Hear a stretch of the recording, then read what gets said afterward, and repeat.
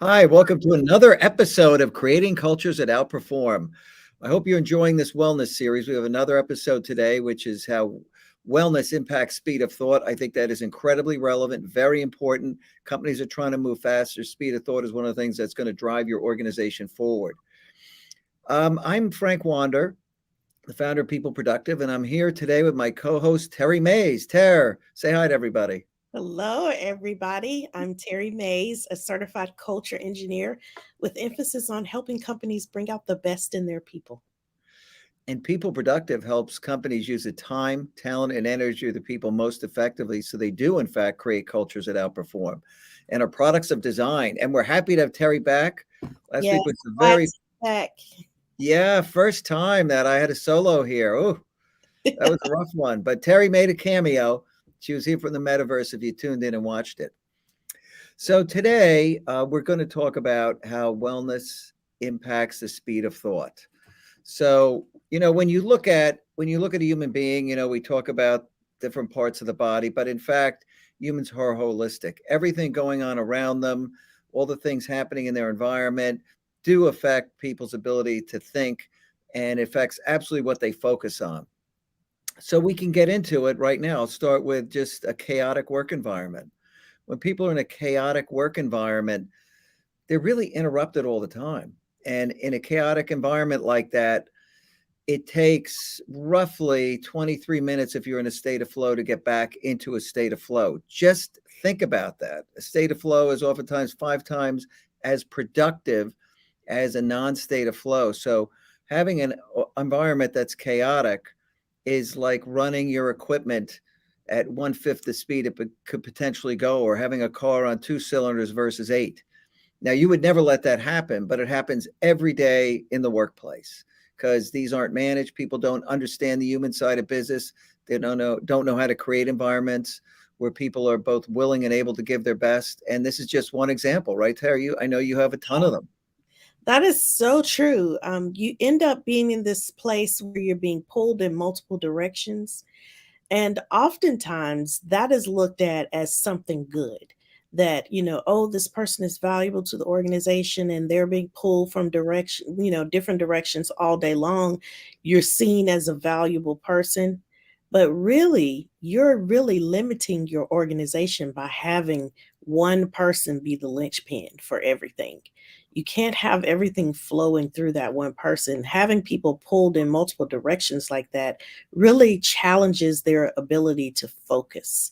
And what's needed most importantly is focus. You've got to be able to deep think deeply and take that time to really focus in on what you're doing. And a lot of us aren't doing jobs where, you have to use your or somebody's life is in danger, but some of us are. And that's the crazy thing is some people are doing jobs where they're being pulled in multiple directions and people's lives are in their hands.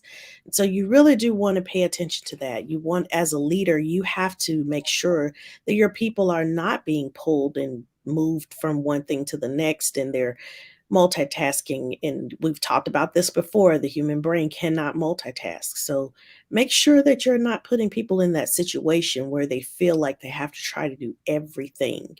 It's just not humanly possible. They've done a lot of studies on stress. We're going to talk about that. When I talk about a chaotic environment, you're talking about a stressful environment. That's a stressful work Yes. environment. We know stress impacts wellness. All these things ultimately impact wellness and human performance. And when you look at a stressful environment in the studies they've done, people remember fewer variables.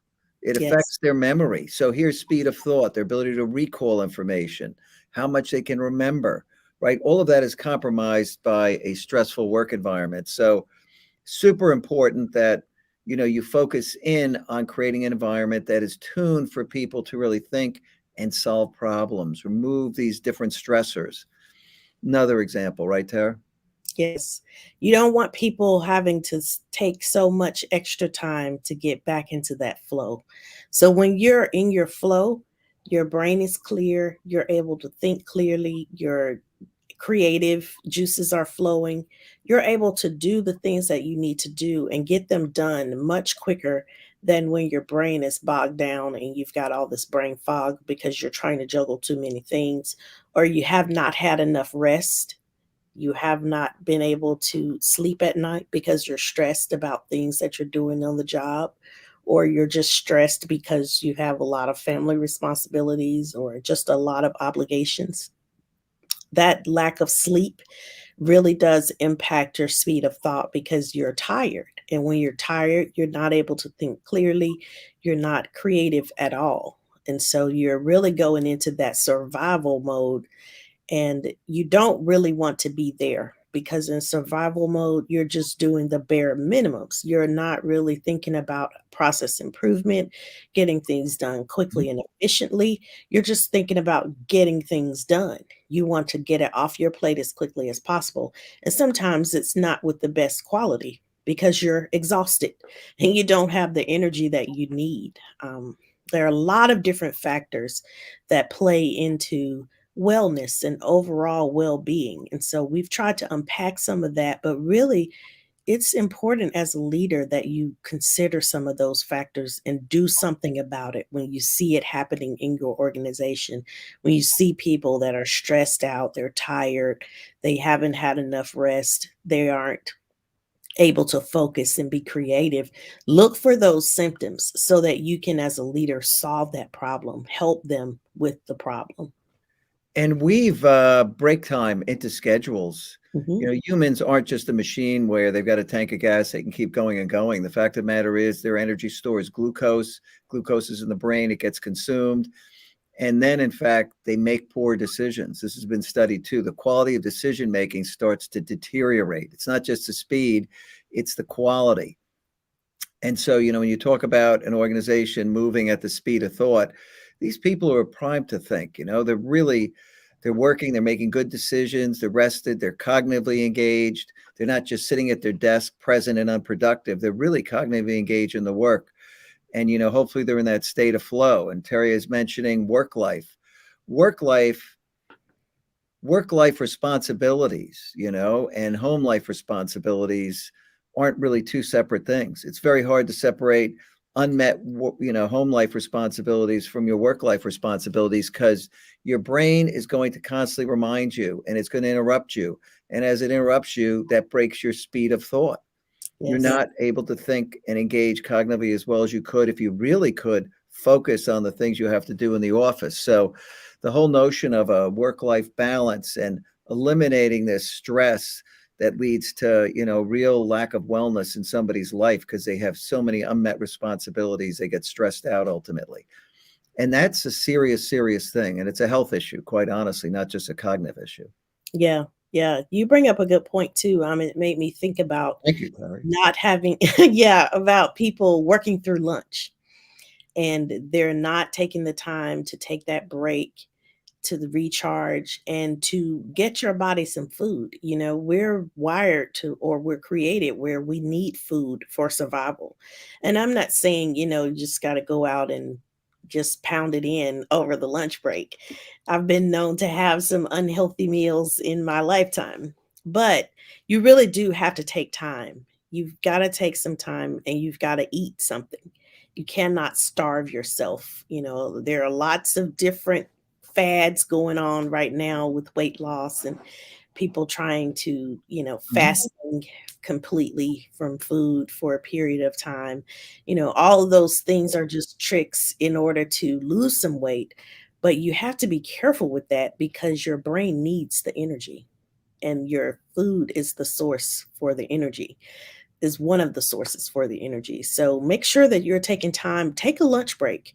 I know it feels like it's so much to get done, you don't have time to stop, but it's almost like you don't have time not to stop. It's going to slow you down even further if you don't take the time and get those breaks, get the food that you need to recharge, drink some water, replenish your liquids.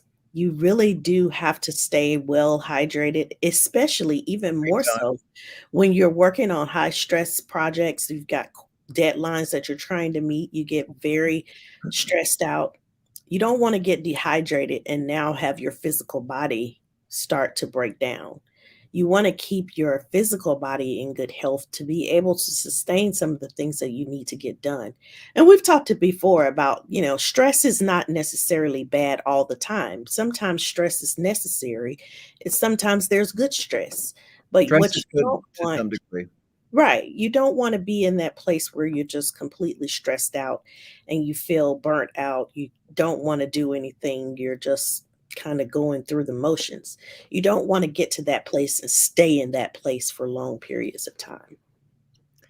Yeah, and when Terry talks about food and lack thereof or not enough water and you're dehydrated, that's a physiological stressor. And then you have environmental stressors. You could be in an environment that's much too cold. You can't get comfortable. And you're not going to be able to think as clearly. You're going to be in an environment with very poor lighting, which is going to slow down the speed of thought. So that notion of well-being goes to your environment that you're in and how well that environment is suited to you being able to think and solve problems. Because ultimately, that's what it is. You're using your mind, you're doing recall. If you're in a service environment, you're answering questions, you're helping people, you want fast recall, you want all those mental reflexes to be really peaking. And the environment has a lot to do with it. You're in an uncomfortable chair, ergonomically, things aren't right. These are different environmental stressors that affect your well being over the course of the day and are going to affect how well you can cognitively engage in the work you have to get done. So they're all real. And, that's why understanding how to tune an environment for thought is very, very important. Yes. And, I'll tell you a personal story just about just having the right ergonomics. So, I've mentioned before how I have to use the mouse on the left side, and I've got one of those ergonomic keyboards, and I really do try to pay attention to it. But at one point, when we moved to working from home and I was setting up my home office, I didn't realize that I was creating a situation for myself. And so I had the mouse in the area, and the chair was not high enough to support where the mouse was. So my arm, my shoulder is kind of up like this, and I don't realize it, right? So I'm working like this for a couple of days, and then I start having neck and back pain. And then I'm trying to figure out, well, what's wrong? And then, because things are moving so fast, you've got so many things to get done, you're not really thinking about it. Your body will just try to adjust and compensate for what you're doing. But over time, your body will say, hey, stop it. I don't like that. And so my neck and back started saying, stop it. I don't like that. And I began to realize it. It's almost like one day I was sitting at the desk and I realized that I was like this. Yeah.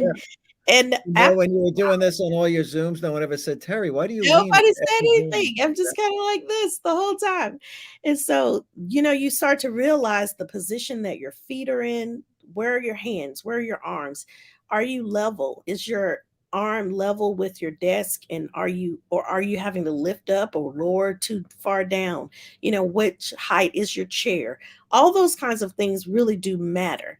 And you would think that it's not that big of a deal. You just need a chair, but a chair is not important. You need a good chair. You need good lighting in your room. You want to make sure you're not squinting all day and you're not sitting in front of the computer like that all day. Like all of those things are going to impact how you feel at the end of the day. And I guarantee you, if you have some crazy work situation where you're not using the proper tools and equipment for your job, you're going to feel that in your physical body, and that's going to impact your ability to do your job well. So take the time, make the investment. Sometimes you have to buy a few more tools, get a different desk, or maybe even get one of those standing desks or something else, get a more expensive chair, get a better mouse or a better keyboard. All those things really do matter. And it seems like it's just simple, silly things, but they really make such a big impact on your physical well being. And that in turn drives how you're able to perform on your job. And we're talking about the conscious mind. We had episodes on the bandwidth of consciousness. You should go back and look at those. Consciousness is a very small bandwidth. I think it was 60 bits per second, whereas subconscious was 10 million. And when you're sitting improperly and your neck starts to bother you, you get interrupted by your body. Mhm. That pops into consciousness. Adjust, how you're sitting. You're bothering me. Please fix it. Right, right. Your body will let you know one way or the other. It sure will. Terry's on the money. And, consciousness is a precious resource, and it is so easy to interrupt it, to start to consume that bandwidth with other things. Now, if you find yourself in a fog of work, that's not a very well state to be in. That's not well being. You oftentimes should go clear your mind. You want to go take a break. You want to go out for a walk, get some fresh air and sunshine, switch venues. And as you switch venues, your mind is starting to look at different things. You could switch what you're thinking about. When you come back, you'll be refreshed. You'll get twice as much done that afternoon instead of trying to, force your way through it in a fog of work because you're present, but you're not productive.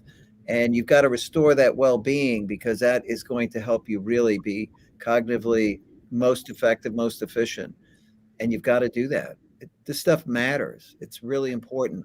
Work should be designed for really productive thought. And Yeah. so few people really know how to lead an organization and create that type of outcome. It's a shame. Yes, you bring up a very good point, being present but not productive. You don't want a whole bunch of people just showing up and going through the day in the fog. Mhm. You end up with rework, having to have the same meeting over and over again. You leave a meeting and you send out the notes, and people act like they weren't there present in the meeting because they weren't.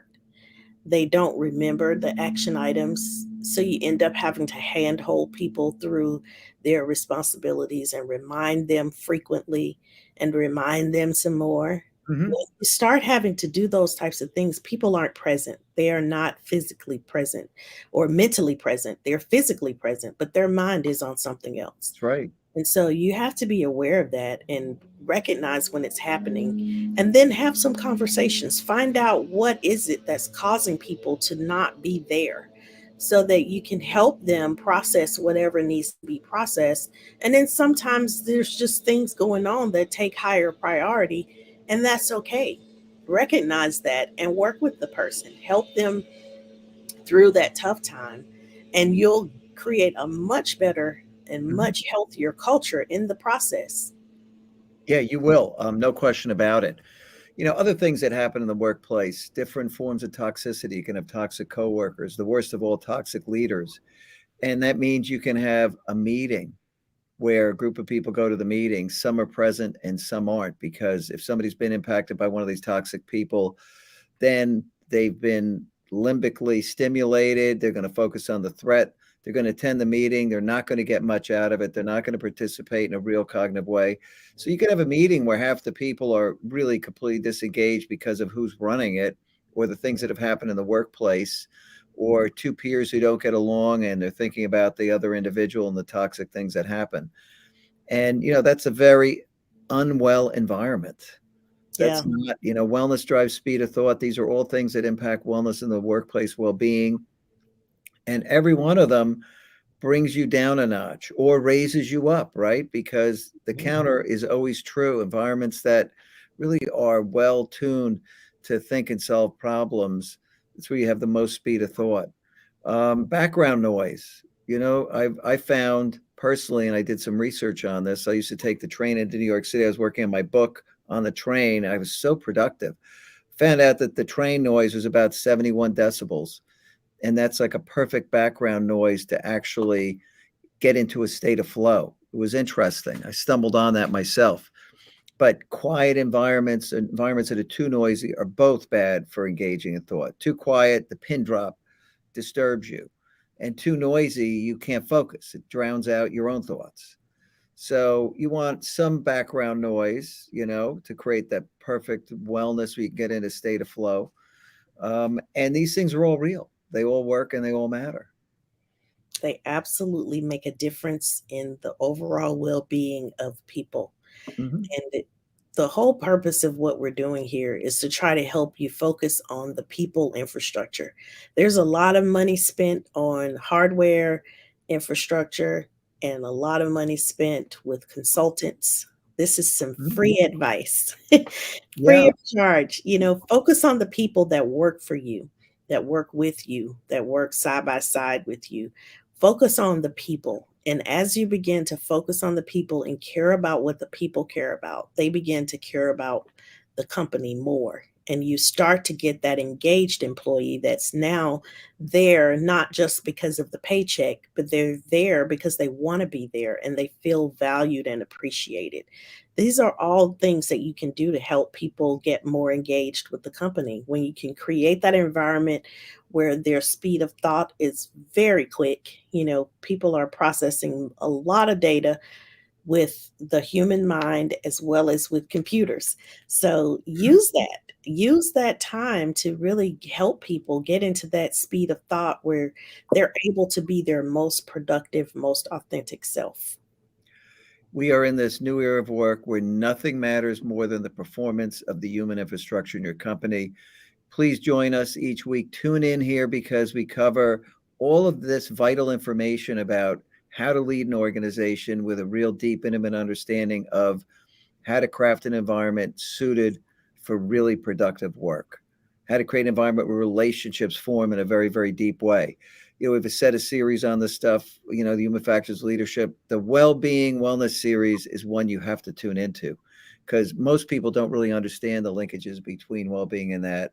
And that means they're leaving a lot of money on the table. They have a lot of talent potential that hasn't been unlocked. You're paying for it. That's a real lost opportunity every day. These gigantic pools of talent potential that are just sitting there because people don't know how to tap them. What a shame and what a waste. Yes. Um, it's a real it is a real problem that happens. Next week we're going to dig a little bit deeper into the impact of rest and sleep on human performance in the workplace. I think you should join us. Tara, why don't we go to the takeaways? Yes, the key takeaways. So I love this picture, thinking, please wait. Yeah, There, love to hear. the whole purpose of what we're talking about here today is just about how you can give people that space to think. Give them that space that's free from distraction, free of interruptions. Allow people that time because you'll really get a much better solution. You'll get much more creative ideas when you give people that space to think. You don't want people in this state where they're just in survival mode. Our brain is hardwired for that. So you don't have to teach people how to survive. It's just innately in us where we are constantly analyzing threats that are around us and discarding. Oftentimes we discard the good. So we hear something good, we don't perceive it as a threat, we move on to something else because ultimately what we're trying to do is stay alive. So that Mhm. brain is processing those survival transactions at an insanely fast rate of speed. Things are coming at us left and right all day long. There's constantly, you got email notifications and social media, and your phone is, somebody is texting you. You've got all these different things happening. The phone's ringing. You've got a desk phone and a cell phone and a house phone, and all these different things are happening. So you've getting all these different distractions. It's important for us to be able to focus in on what's most important. And you want to be able to do that. You want your people in that state of mind where they're not thinking about survival, but they're thinking about how they can do things better, how they can be a better employee. So when we're not well, that speed of thought is going to be slow. Things are going to slow down. The brain is not going to be clear. There's going to be a lot of brain fog. You won't be able to focus. All of those are just symptoms that your speed of thought is slowing down because you are not well. So take some time, find out what's causing you to not be well, and do something about it. There are many, many factors. These are just a few of them, but many factors that impact wellness. So your physical, mental, and emotional comfort. Are you in a place where you don't feel emotionally safe, whether it's at work or at home? Are you physically, like I said before, your comfort level is off because you're sitting in an awkward place? All of those things impact you. The amount of rest you get at night. Are you sleeping enough? Sometimes when you have small infants, Huge. small children, Sleep you may is not huge. get enough sleep, and that's just par for the course, but you have to find a way to balance that out. A Yeah. relaxation. It's another area where you've really got to take some time and just completely let yourself relax. Don't do anything. Like, let your body take that time to recover and let your brain slow down. I've been in bed at night many times with the to-do list just running through my mind, Oh and I God, have yeah. to just start breathing, deep breathing, to just calm my body, calm my mind, so that I'm not spending all of the time that I should be resting thinking about problems or thinking about things that need to get done. You have to consciously make an effort to relax. And then sustenance. Are you eating enough? Are you sleeping enough? Are you resting enough? Are you playing enough? Play is very important. Are you taking time to do fun things? Oh I've yeah, that recently, actually removes the stress from your body, which oh yeah, really gets you thinking faster, more creatively. It's great. yeah. My husband and I have been going to concerts lately, and I guess I never really even thought about how much I would enjoy live concerts. And so that's just been one of the things that we've been doing for fun. We've been going different places, and it's Super. just been a lot of fun just experiencing in the city and getting to hear live music from some of our favorite artists. It's just been a lot of fun. But find those things that you can do. If even something as simple as going outside, taking a walk, going to a local venue for a movie or a concert or a play. There are lots of things you can do to just go have some fun. Sometimes it's just running outside with the dog and playing with a ball, or anything that you can do to just relax your mind and have some complete downtime where you're laughing. Laughter is so important. Cannot stress that enough. Hmm. Laughter is good medicine. That is just the truth. Oh, it So is. you really do want to make sure that you're laughing, you're not taking yourself too seriously. All of those things really matter. And then we talked about sleep and then the impact of stress. Those are just a few things that impact your wellness. So, really do some examination and find out what's slowing down your speed of thought. Which area do you need to focus on so that you can be more productive? Yep. Fine tune the organization so that people can fully engage in what they're doing. Let them be present and productive. That's really ideally where you want to be. So, next week we'll be focusing on rest sleep. There's all sorts of things that happen when you get a good night's sleep in terms of your body. We'll talk about it and why that is so important in terms of its impact on human performance in the workplace. That's a vital aspect of well being. People spend a third of their life doing it. Some of them don't. Some of them have periods where they don't get much. I know as a brain dead person when some of my kids were little, my God, it was horrific. I remember back to those days. But anyway, listen, thanks for joining us. We hope you enjoyed this episode of Creating Cultures that Outperform. I hope you're learning how the human infrastructure works so that you can be a better leader or manage your own life and things in a much more thoughtful way. And Yes. we wish you all the best and see you next week. Take care. Yes. Bye for now.